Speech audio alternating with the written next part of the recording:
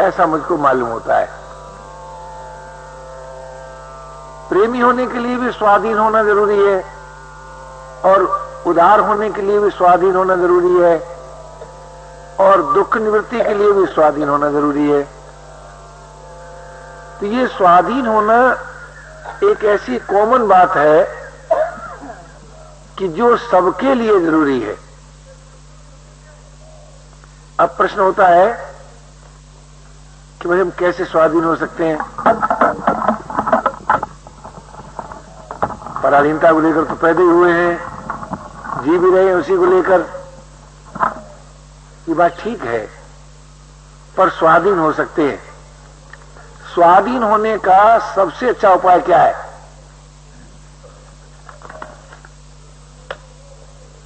मुझे ऐसा लगता है कि जो मौजूद में आस्था रखता हो और मिले हुए का सदुपयोग करता हो और देखे हुए की कामना न रखता हो, वो स्वाधीन हो जाता है। स्वाधीनता किसी परिस्थिति में नहीं है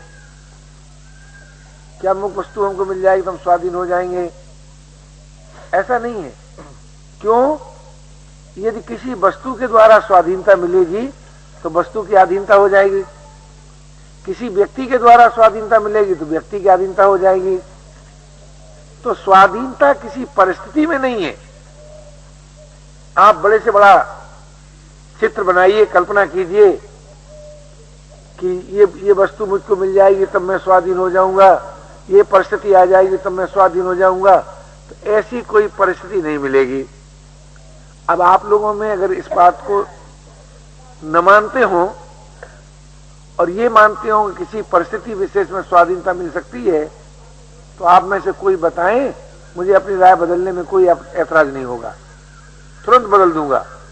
परंतु मेरा अपना अनुभव यह है कि स्वाधीनता न तो किसी और के द्वारा मिलती है और न किसी परिस्थिति से मिलती है, ये तो अपने द्वारा अपने को प्राप्त करनी होती है। क्या चीज? स्वाधीनता। स्वाधीनता में न और कोई सहायक है न और कोई बाधक है। ये जो हम कहते हैं साहब दूसरे लोगों ने हमारी स्वाधीनता छीन ली, ऐसी बात भी नहीं है, या दूसरे लोग हमको स्वाधीनता दे सकते हैं, ऐसी बात भी नहीं है। स्वाधीनता एक ऐसी चीज है जो कि अपने द्वारा प्राप्त की जा सकती है, किसी और के द्वारा प्राप्त नहीं की जा सकती। तो उसके लिए सबसे पहली बात क्या है? सबसे पहली बात यह है कि हम थोड़ी देर के लिए 2 मिनट, 4 मिनट, 10 मिनट, इससे ज्यादा नहीं, बिना किसी काम करे और अकेले होकर रहने का स्वभाव बनाएं। ये कोशिश करें कि 10 मिनट तक हम कोई काम नहीं करेंगे और अकेले रहेंगे। अकेले माने शरीर को लेकर नहीं, बिना सामान के और बिना साथी के। जो हमें अपने साथी बहुत से मालूम होते हैं ना, सामान भी बहुत सा अपना मालूम होता है, तो ये नहीं कि उस सामान को हम बर्बाद कर दें या साथियों को नाराज कर दें, ऐसा मतलब नहीं है मेरा। लेकिन थोड़ी देर के लिए, 1 मिनट 2 मिनट के लिए हम ऐसा अनुभव करें कि मान लो हमारे पास हमारा शरीर भी न रहेगा तो हम रहेंगे कि नहीं। ऐसा कोई साथी नहीं होगा तो हम होंगे कि नहीं, ऐसा प्रश्न अपने सामने रखें। सन 59 की बात है, मुझको बॉम्बे में हार्ट की तकलीफ कई दौरा हो चुके थे, तो डॉक्टरों के मत के अनुसार मैं लेटा तो नहीं ज्यादा, तो बंबई से पटना आ रहा था, रास्ते में वृंदावन में जर्नी ब्रेक की, तो मैंने ट्रेन में स्वप्न देखा। क्या स्वप्न देखा कि मैं बोलना चाहता हूं, वो बोल नहीं पाता। तो इशारा करना चाहता हूं, हाथ उठा करके मैं बोला नहीं आता, तो वो भी नहीं कर पाता।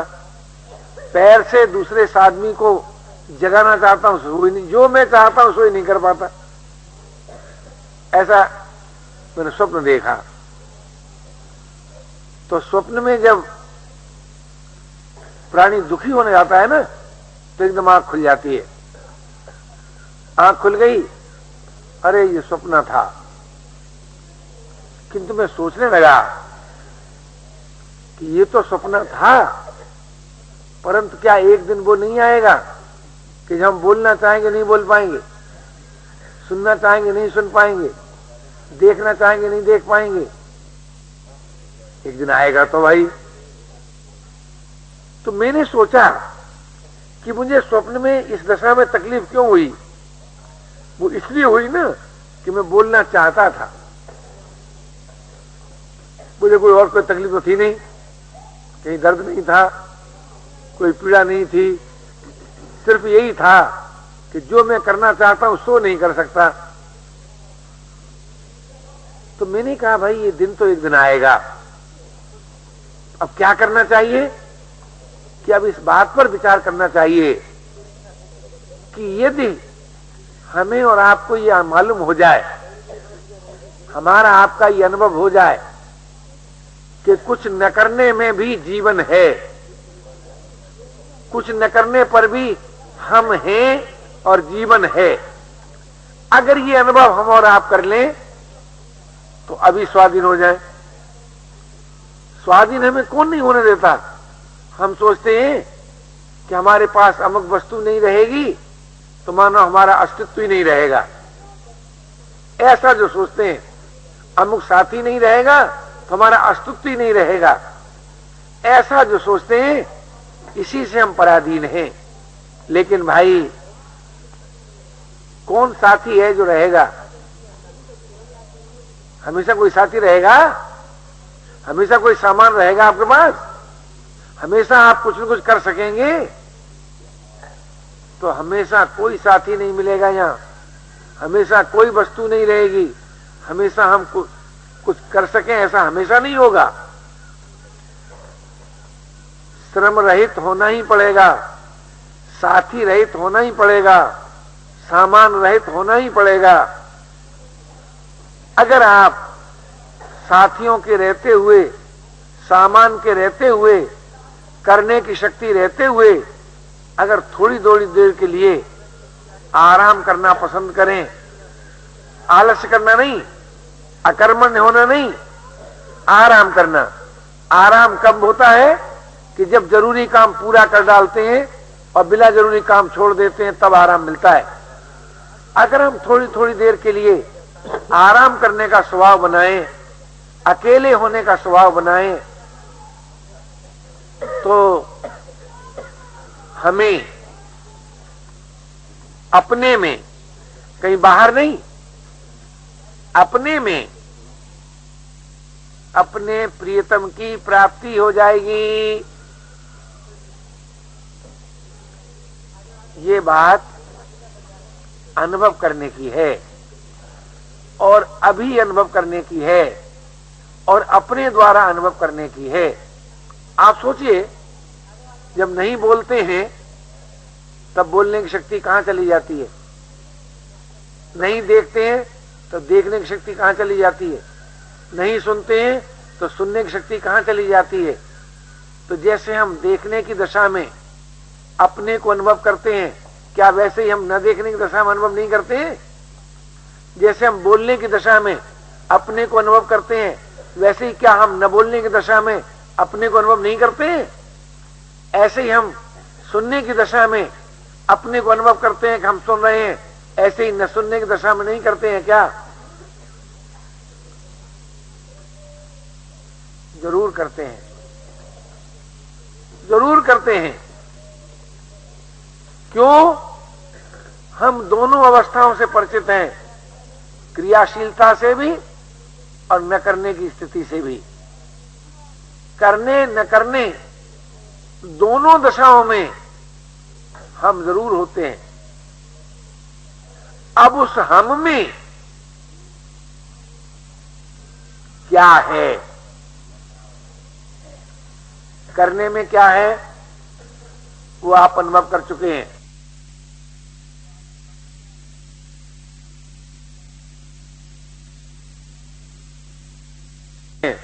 क्या अनुभव कर चुके हैं कि देखते देखते देखने की शक्ति का ह्रास होता है और आप कुछ काल के लिए स्वयं न देखने की स्थिति में होते हैं। बोलते बोलते भी बोलने की शक्ति का ह्रास होता है और कुछ देर के लिए आप स्वयं न बोलने की स्थिति में होते हैं।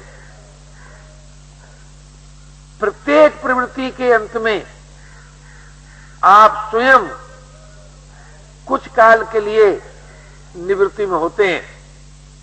इस बात में किसी भाई को, किसी बहन को ऐतराज हो, विरोध हो तो प्रश्न कर सकते हैं। हम नहीं बोल रहे तो मैं समझूंगा कि आपका विरोध नहीं है। तो जब अब सोचने की बात इतनी रह गई कि यदि आज हमें और आपको अपने उस जीवन का अनुभव हो जाए जो न करने की स्थिति में है, फिर हम लोग पराधीन रहेंगे क्या? क्या रहे? नहीं रहेंगे ना। अच्छा, तो न करने की स्थिति में जीवन है, इसका अनुभव करना हर उस भाई के लिए, हर उस बहन के लिए जिसे स्वाधीनता चाहिए, आवश्यक है।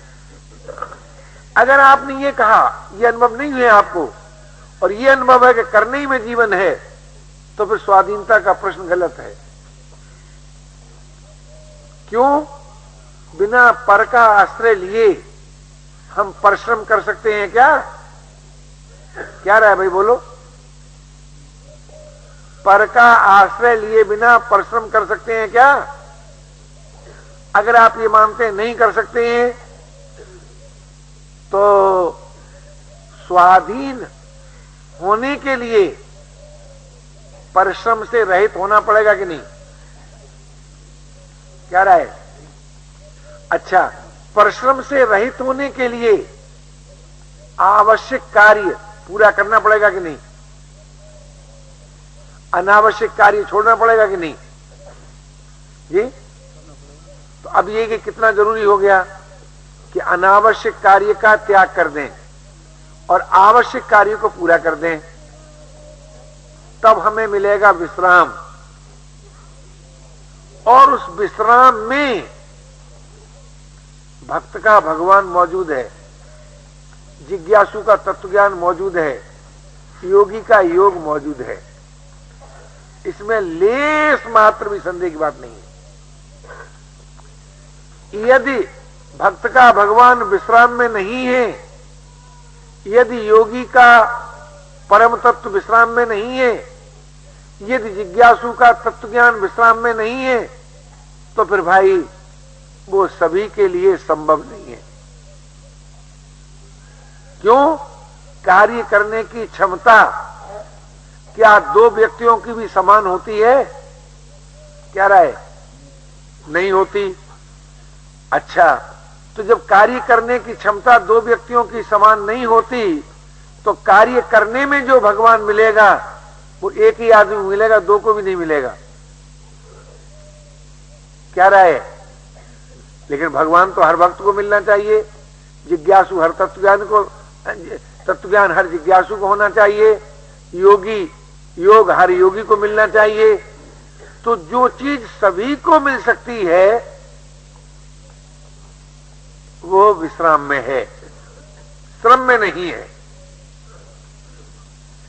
अब जो कुछ करना है वो विश्राम की तैयारी के लिए करना है। लेकिन हमसे गलती क्या होती है कि जब हम संसार से विरक्त होकर, विमुख होकर आत्मा और परमात्मा की ओर चलना चाहते हैं, तब भी उसी विश्राम का सहारा लेते हैं। ये बड़ी भारी भूल होती है। परमात्मा की, देखिए संसार की ओर चलने के लिए आपको श्रम अपेक्षित है, पराश्रय अपेक्षित है, लेकिन आत्मा और परमात्मा की ओर अग्रसर होने के लिए न श्रम अपेक्षित है न पराश्रय अपेक्षित है, दोनों ही की अपेक्षा नहीं है। और अगर आपको ये मालूम हो जाए कि पराश्रय और परिश्रम के बिना जीवन है, देखिए पराश्रय परिश्रम के बिना जीवन है, तो उस जीवन में हम सबका अधिकार हो सकता है, हम सबका अधिकार हो सकता है। क्यों? हम सब श्रम काल में एक नहीं है, विश्राम काल में एक है, पराधीनता में एक नहीं है, स्वाधीन काल में एक है। हमने किसी का आश्रय लिया, आपने किसी का आश्रय लिया, तो एक हो जाएंगे। और हम भी सब आश्रय छोड़ दें और आप भी छोड़ दें तो अलग रह जाएंगे। क्या रहे? हम भी कुछ न करें और आप भी कुछ न करें तो बराबर होंगे कि आगे पीछे होंगे? और हम भी कुछ करें और आप भी कुछ करें तो बराबर हो पाएंगे? हम भी किसी पर का आश्रय लें, आप भी पर का आश्रय लें, समान हो पाएंगे? देखो भाई, इन बातों का ये अर्थ लगा मत लेना कि मैं आलस्य और अकर्मण्यता का समर्थन कर रहा हूं। ऐसा मैं नहीं कर रहा हूं। मैं आपसे ये निवेदन करना चाहता हूं कि मेरे जीवन में जो बड़ी भारी बेचैनी है वो इस बात को लेकर रही है कि वो जीवन जो सभी के लिए उपयोगी हो वो सबको मिलना चाहिए कि नहीं? सबसे अच्छा जीवन सबको मिलना चाहिए कि किसी एक को मिलना चाहिए? जी, सबको मिलना चाहिए। तो सबको जो जीवन मिल सकता है वो स्वाधीनता और विश्राम में है, वो पराधीनता और परिश्रम में नहीं है। ये एक दार्शनिक बात मैंने आपसे निवेदन की। अब आप देखें कि जब हम स्वाधीन हो जाते हैं तब उदार होने में कठिनाई होती है क्या? जी, अच्छा, समता पाने में कठिनाई होती है क्या? प्रियता जगाने में कठिनाई होती है क्या? अब आप देखिए, स्वाधीन होते ही उदारता, समता और प्रियता ये हर भाई को, हर बहन को मिल सकती है। उदारता का अर्थ क्या है? समता का अर्थ क्या है? प्रियता का अर्थ क्या है? इसमें थोड़ा विचार कीजिए।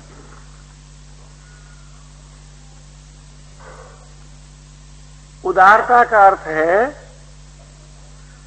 कि जिसका जीवन करुणा और प्रसन्नता से भर जाए, भरा रहे, करुणा से भी और प्रसन्नता से भी। आप कहें कैसे?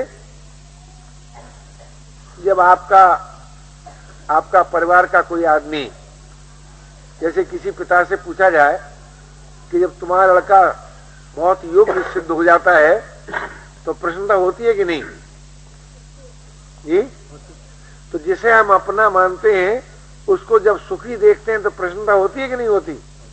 ऐसे ही जिसे हम अपना मानते हैं और उसे दुखी देखते हैं तो करुणा होती है कि नहीं? तो ये करुणा और प्रसन्नता स्वाभाविक चीज है कि कोई परिश्रम से प्राप्त की जाती है? लेकिन कब? जब सुखी को अपना माने तब, जब दुखी को अपना माने तब। और संसार में अगर हम आपसे पूछें कि भाई संसार में जो आप देख रहे हैं, सुखी और दुखी से भिन्न भी कुछ देख रहे हैं क्या? क्या राय है जी? या तो कहीं सुखी दिखाई देता है? देखो भाई, ज्ञान की बात मत करो, जीवन की अनुभूति को लेकर चलो। आप जब संसार की ओर देखते हैं तो या तो किसी को सुखी अनुभव करते हैं या किसी को दुखी अनुभव करते हैं। ये आपकी अपनी दृष्टि है, चाहे जिस दृष्टि से देखें। लेकिन या तो आपसे पूछे क्या है रहा है तो कहेंगे या तो सुखी है या दुखी है। यही ना कहेंगे। अच्छा, तो सुखी पर नजर जाती हो तब प्रसन्नता क्यों नहीं होती, और दुखी पर जब नजर पड़ती है तो करुणा क्यों नहीं होती? तब आप क्या कहेंगे? तब आप यही कहेंगे कि साहब क्या बताएं, उनको हम अपना नहीं मानते, इसलिए सुखी को देखकर प्रसन्नता नहीं होती, इसलिए दुखी को देखकर करुणा नहीं होती। तो भाई क्यों अपना नहीं मानते? तो आप कहेंगे उनसे हमारा कोई संबंध नहीं। भाई संबंध तो है। अच्छा, तुम एक ही आकाश से तुम लोगों को अवकाश मिलता है कि अलग अलग आकाश है? एक ही वायु से श्वास लेते हैं कि अलग अलग श्वास लेते हैं? एक ही भूमि पर आश्रय पाते हैं कि अलग अलग? तो फिर आप कैसे कहते हैं हमारा संबंध नहीं है? यानी ये बात अलग है कि आप किसी नाते से किसी को अपना माने और दूसरे नाते से न माने, लेकिन आप ये नहीं कह सकते कि किसी न किसी नाते सभी अपने नहीं है। कोई ईमानदार आदमी कह सकता है क्या? जब सभी अपने हैं तो या तो सुखी देख रहे हैं या दुखी देख रहे हैं, तो जीवन में प्रसन्नता और करुणा क्यों नहीं उदय होती? तो जीवन का प्रश्न आ गया कि नहीं? जब हम देखते हैं या तो सुखी अनुभव करते हैं दूसरों को या दुखी अनुभव करते हैं, तो हमारे जीवन में करुणा प्रसन्नता आनी चाहिए। अच्छा, कोई कहे कि साहब हम क्यों किसी को देखें, हम किसी को नहीं देखते, तो देखे हुए का प्रभाव हम पर नहीं रहना चाहिए। क्या राय है? अगर कोई कहे हम इस बात को नहीं मानते कि सभी अपने हैं, हम तो इसको बात को मानते हैं कि कोई अपना नहीं है, तो भाई जब कोई अपना नहीं है तब देखे हुए का प्रभाव हम पर क्यों होता है? तो समता आ जानी चाहिए कि नहीं? तो या तो जीवन में देखिए दो बातें आई, या तो करुणा आई, या प्रसन्नता आई, या समता आई। आप कहें साहब न तो हम ये मानने को राजी कि सभी अपने हैं और न हम ये मानने को राजी कि कोई अपना है, तो भाई फिर क्या बात मानने को राजी हो कि भाई किसी को अपना मानेंगे किसी को अपना नहीं मानेंगे? अच्छा, इस मान्यता को लेकर आप राग द्वेष से रहित हो सकते हैं क्या? क्या राय? नहीं हो सकते ना। और जब राग द्वेष से रहित नहीं हो सकते तब आपको शांति मिल सकती है क्या? स्वाधीनता मिल सकती है क्या? प्रेम मिल सकता है क्या? मानना पड़ेगा नहीं मिल सकता। कोई कहे साहब ये तो ठीक है, ये तो तुमने दुनिया की बात कही, न हम ये मानने को राजी कि सभी अपने हैं, न हम ये मानने को राजी कि कोई अपना नहीं है। हम तो इस बात को मानने को राजी हैं कि परमात्मा अपना है। ये भी तो दर्शन है ना। तो अगर आप परमात्मा को अपना मानते हैं तो मैं आपसे पूछता हूं, अपना अपने को प्यारा लगता है कि नहीं? अपने की अपने में स्मृति होती है कि नहीं जी? तब तो जीवन में स्मृति रहनी चाहिए, प्रियता रहनी चाहिए। तो आप देखेंगे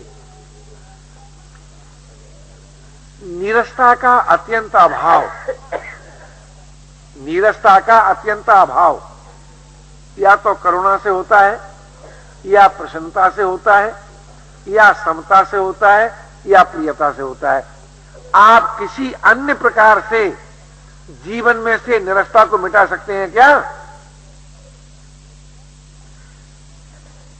बच्चों पिछली हो गया, अगर कोई मिटा सकते हो तो बताएं। करुणा में रस नहीं आता क्या? प्रसन्नता में रस नहीं है क्या? समता में रस नहीं है क्या? प्रियता में रस नहीं है क्या? तो मेरा नम्र निवेदन केवल यह था कि आपकी अपनी मर्जी है कि आप किस दार्शनिक दृष्टिकोण को मानते हैं, लेकिन किसी भी दृष्टिकोण को माने, जीवन में से निरसता मिटनी चाहिए कि नहीं? जीवन में रस की अभिव्यक्ति होनी चाहिए कि नहीं? तो अगर आप ये मानते हैं कि जीवन में से निरसता मिटनी चाहिए, जीवन में रस की अभिव्यक्ति होना चाहिए, तो भाई या तो उदारता को अपनाना पड़ेगा, या समता को प्राप्त करना पड़ेगा, या प्रियता को जगाना पड़ेगा। बिना उदारता, समता और प्रियता के जीवन में नित्य नव रस की अभिव्यक्ति नहीं हो सकती। आप देखेंगे जितने संसार के महापुरुष हुए वो करुणा से हुए। आप देख लीजिए, राजकुमार सिद्धार्थ को देख लीजिए, जैन आचार्यों को देख लीजिए, ईसा को देख लीजिए, मोहम्मद को देख लीजिए, चाहे वो सिद्धांत रूप से ईश्वरवादी हो, चाहे अनीश्वरवादी हो, चाहे भौतिकवादी हो और चाहे अध्यात्मवादी हो, लेकिन करुणा सबके जीवन में थी कि नहीं? जी थी ना? उदारता सबके जीवन में थी कि नहीं? समता सबके जीवन में थी कि नहीं? प्रियता सबके जीवन में थी कि नहीं? आप दुनिया के किसी बड़े आदमी की ऐसी बात बताइए कि जिसमें उदारता, समता, प्रियता न हो और दुनिया का बड़ा आदमी कहलाया हो। क्या राय है आपकी? कोई मिलेगा? देखिए, मैं जो आपके सामने बात रख रहा हूं वो इसलिए नहीं रख रहा हूं कि आप मेरे कहने से मान लें। अगर आपको न जचे तो ना माने। अब प्रश्न ये रह गया कि भाई आप दुनिया के बड़े आदमियों में अपना नाम नहीं लिखाना चाहते क्या?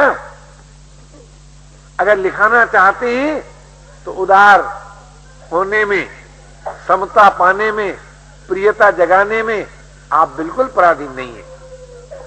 इस दृष्टि से मैंने आपसे निवेदन किया कि आप मानव होने के नाते इतने सुंदर हैं, इतने अच्छे हैं कि आपका जीवन उदारता से, समता से और प्रियता से परिपूर्ण हो सकता है। इसमें कोई संदेह की बात नहीं है। और ये अभी हो सकता है, ये कालांतर की बात नहीं है, ये कोई कर्म का फल नहीं है कि आज कर्म करेंगे कल फल बनेगा। ये उदारता, समता और प्रियता किसका फल है? ये सत्संग का फल है। अगर आप सत्य का संग करेंगे तो उदार हो सकते हैं अभी, समता पा सकते हैं अभी, प्रियता जागृत जगा सकते हैं अभी। आप कहें कैसे? विचार कीजिए। यदि किसी न किसी नाते हम सभी को अपना मान लें तो उदारता जीवन में आ जाएगी कि नहीं? यदि अध्यात्म दृष्टि से हम सभी से असंग हो जाएं तो समता जीवन में आ जाएगी कि नहीं? यदि हम आस्था, श्रद्धा, विश्वास पूर्वक प्रभु को अपना मान लें तो प्रियता जीवन में आ जाएगी कि नहीं? अब आप देखिए, एक भौतिकवाद दृष्टिकोण हो गया, एक अध्यात्मवाद दृष्टिकोण हो गया, एक आस्तिकवाद दृष्टिकोण हो गया। इन तीनों में से कोई न कोई दृष्टिकोण तो आपको मानना ही पड़ेगा। अगर आप कहेंगे नहीं साहब, हम न भौतिकवादी दृष्टिकोण मानेंगे, न हम अध्यात्मवादी दृष्टिकोण मानेंगे, न हम ईश्वरवादी दृष्टिकोण मानेंगे, तो कुछ न मानने पर क्या दशा होगी? ये भी बड़ी सुंदर बात। अगर आप कुछ नहीं मानेंगे तो बिना माने किसी का प्रभाव आप पर होता है क्या? क्या राय? जैसे कोई कहे हम जगत को भी नहीं मानेंगे, हम अपने को भी नहीं मानेंगे, हम परमात्मा को भी नहीं मानेंगे। बहुत खुशी की बात, जब आप जगत को नहीं मानेंगे तो जगत का प्रभाव आप पर रह जाएगा। क्या राय? तो सबके प्रभाव से रहित होने पर अपने आप निर्विकल्प स्थिति नहीं आ जाएगी, अचिंतता नहीं आ जाएगी, स्वाधीनता नहीं आ जाएगी। जी तो सत्य क्या निकला? अगर किसी को न माने तो काम बन जाए, जगत को माने तो काम बन जाए, अपने को माने तो काम बन जाए और परमात्मा को माने तो काम बन जाए। आप बताइए किस दृष्टि से आप कहते हैं कि हमको वो जीवन नहीं मिल सकता जो संसार के बड़े बड़े लोगों को मिला है?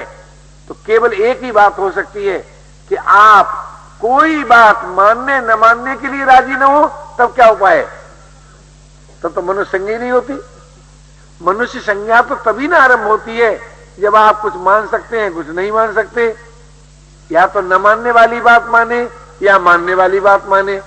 आप कहें हम मानेंगे भी नहीं, हम नहीं मानेंगे भी नहीं, तब तो भाई कोई बात ही नहीं हुई। तो मेरा निवेदन केवल इतना ही था कि जो अपने को अत्यंत असमर्थ अनुभव करता है उसे भी वो जीवन मिल सकता है, और जो सामर्थ्यवान अनुभव करता है उसे भी वो जीवन मिल सकता है। बोले असमर्थ को कैसे मिलता है कि असमर्थ में कुछ न करने की स्थिति आ जाएगी, क्योंकि सामर्थ्य के बिना किसी कार्य की सिद्धि नहीं होती। और आप हो गए असमर्थ, सामर्थ्य रहित, तो न करने की स्थिति आपको आ जाएगी।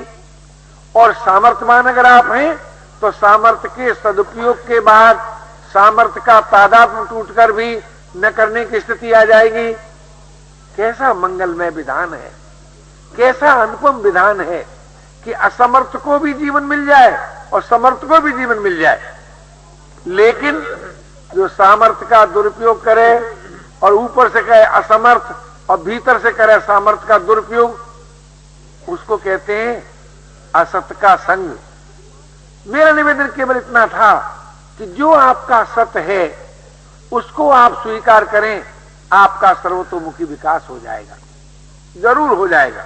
हम क्या बताएं आपको, हम अपने जीवन को सामने रख के नहीं सोचते।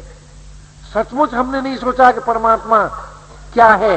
नहीं, परमात्मा के मिलने में देर होती, न परमात्मा के मिलने में देर, न मुक्ति पाने में देर, न शांति पाने में देर। जितनी देर लगती है वो सुख सुविधा के भोगने में लगती है दोस्त, लगती है कि नहीं? यानी हम किसमें पराधीन हैं? जैसे हमारे पंडित जी ने गाया था ना, हम जो चाहते हैं सो होता नहीं, जो होता है सो भाता नहीं, जो भाता है सो रहता नहीं। इसमें हम ही पराधीन है, कौन पराधीन बताओ? अरे हम कहते हैं ब्रह्म के बाप ने जो चाहा सो नहीं हुआ, ब्रह्म की लुगाई ने जो चाहा सो नहीं हुआ है। सीता जी चाहती थी हिरण के चर्म मिल गया। महाराज दशरथ चाहते थे कि राम वन को न जाए, उनके मन की बात पूरी हो गई। अजी आज का महामानव गांधी जी चाहते थे हिंदुस्तान का विभाजन न हो, बात पूरी हो गई जी? नहीं हुई। तो सिद्धांत क्या निकला? जो चाहते सो होता नहीं, और जो होता है सो भाता नहीं, और जो भाता है सो रहता नहीं। तो हमने कहा भले आदमी भी चाह छोड़ क्यों नहीं देते? अचाह होने में जीवन है, अचाह होने में जीवन है। और अचाह होने के लिए आंख बंद करोगे कि कान बंद करोगे कि श्वास रोकोगे कि आसन साधोगे कि मुद्रा साधोगे, ये तो तुम्हारी मौज की बात है। तुम मान लो मुझे कुछ नहीं चाहिए, कुछ नहीं चाहिए, कोई रुपया खर्च होगा इसमें। लेकिन जब तुम अचाह हो जाओगे तब प्रभु के लिए प्रेमी और जगत के लिए उदार और अपने लिए दुख निवृत्ति, ये तीनों चीजें आपको मिल जाएंगी। कितनी महिमा है अचाह होने की, अचाह होने की कितनी महिमा है। सचमुच जिसे कुछ नहीं चाहिए वो सारे जगत के लिए उदार हो सकता है। सचमुच जिसे कुछ नहीं चाहिए वो प्रभु के लिए प्रेमी हो सकता है, उसके दुखों की निवृत्ति हो सकती है, उसे शांति मिल सकती है, उसे स्वाधीनता मिल सकती है। कौन रोकने वाला है? लेकिन एक बात तो बताओ भैया, जो कुछ भी चाहता है वो किसी को प्यार कर पाएगा? क्या राय? कभी नहीं कर पाएगा। जो कुछ भी चाहता है उसकी दुख निवृत्ति हो पाएगी, उसको शांति मिलेगी? तो भैया आज मानो कल मानो, अभी मानो कभी मानो, जब तक अचाह नहीं हो जाते आप। देखिए अचाह होने से कर्तव्य में कोई बाधा नहीं पड़ती, क्यों? कर्तव्य का संबंध होता है प्राप्त परिस्थिति से। आप जिस परिस्थिति में हैं उसके अनुसार जो करना चाहिए, जिसे कर सकते हो कर दो, इसका नाम है कर्तव्य, इसका नाम है धर्म विज्ञान। क्या? जिस परिस्थिति में आप हैं उस परिस्थिति के अनुसार जो करना चाहिए, अर्थात आपके कर्म में आपके ज्ञान का विरोध न हो, आपके कर्म में आपकी सामर्थ्य का विरोध न हो, तो सामर्थ्य और ज्ञान के अनुसार जो कर सकते हो उसके करने में बताओ कहां पराधीनता मालूम होती है? क्या राय है? सामर्थ्य विरोधी बात करनी पड़े तब पराधीनता का अनुभव होता है, ज्ञान विरोधी बात करना पसंद करें तब पराधीनता का अनुभव होता है। अगर हम ज्ञान और सामर्थ्य के अनुसार जो कर सकते हैं, जो करना चाहिए उसको कर दें तो बताओ कर्तव्य पालन में कहां पराधीनता है क्या? अच्छा, कर्तव्य का अंत होने पर कर्ता स्वयं अपने उस अधिष्ठान में विलीन हो जाता है जो सदैव है, जो अविनाशी है, जो चिन्मय है, जो नित्य है, जो रसरूप है, जिसकी महिमा का कोई बारा पार नहीं है। इसलिए महान भाव किसी भी सिद्धांत के मानने वाले क्यों न हो, अचाह होना तो जरूरी है, कर्तव्य पालन भी जरूरी है। तो अचाह हो करके कर्तव्य पालन नहीं कर सकते क्या? जरूर कर सकते हैं। अचाह होने से कर्तव्य का पालन भी कर सकते हैं, मुक्त भी हो सकते हैं और प्रेमी भी हो सकते हैं।